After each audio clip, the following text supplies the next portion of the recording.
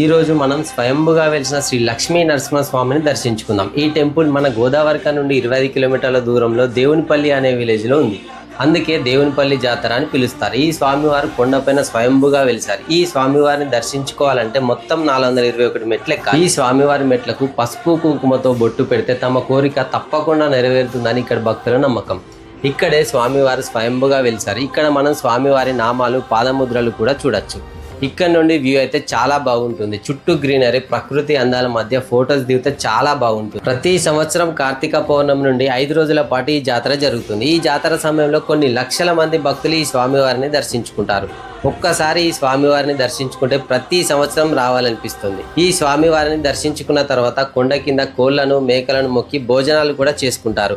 మీరు ఇక్కడికి ఫ్రెండ్స్తో వచ్చినా, ఫ్యామిలీతో వచ్చినా ఒక మంచి మెమొరీ క్రియేట్ అవుద్ది. ఒకవేళ మీరు ఈ స్వామివారిని దర్శించుకుంటే కామెంట్ చేయండి. అలాగే నన్ను కూడా ఫాలో అవ్వండి. Thank you.